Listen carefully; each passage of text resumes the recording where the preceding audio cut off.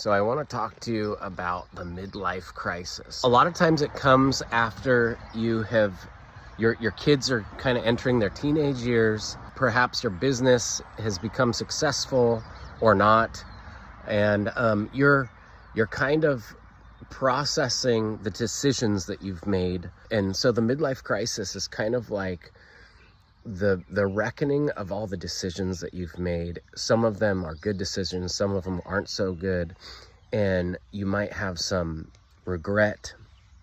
A lot of times a midlife crisis actually is triggered by regret over one or more of the major decisions that you've made in life. And two things I kind of want to focus on. It's a huge subject, but two of the things I think that would be the most relevant for my friends. Number one, if you've come out of a really challenging season, like maybe you went through a divorce, or maybe you went through a financial hardship or some other crisis, a health issue, and you've survived it now, and you're kind of not just thinking about that thing. What happens during those crisis seasons of survival is you can lose yourself. And what I mean by that is you can be so focused on something other than your interests. Basically, you're focused on survival, that you lose the ability to even feel excited about anything. You have to you have to push off your desires for so long that you lose your ability to have desire. And so then when you come out of that, it's like, I can't find joy anywhere anymore. So maybe you just try and numb yourself with alcohol or drugs, or through your relationship. That's a really unhealthy thing to do. But there's all these different pressures you can put on different parts of your life to try and numb or avoid that feeling of regret, or of loss, or of being trapped and you don't know how to get out.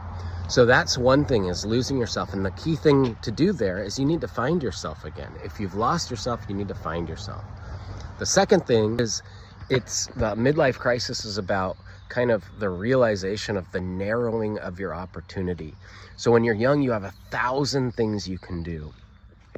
You can get any education, you could have any career, you could have any relationship, you can have no kids, you can have tons of kids, all the decisions that you could make, you have before you. But when you're in your midlife, you realize you've made most of the major decisions that you have to make already. You've made the decision of your family, you've made your major career decisions, you've made your major education decisions, and you're in the friend group that you're in the peer group that you're in.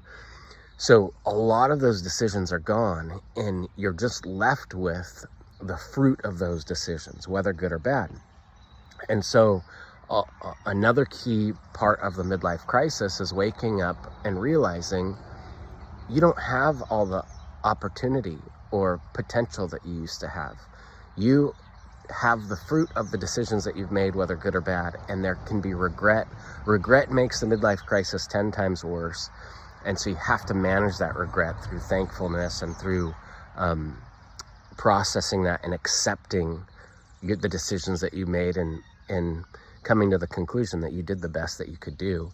And you can't change it now, but what you can do now is you can work with the decisions that you made.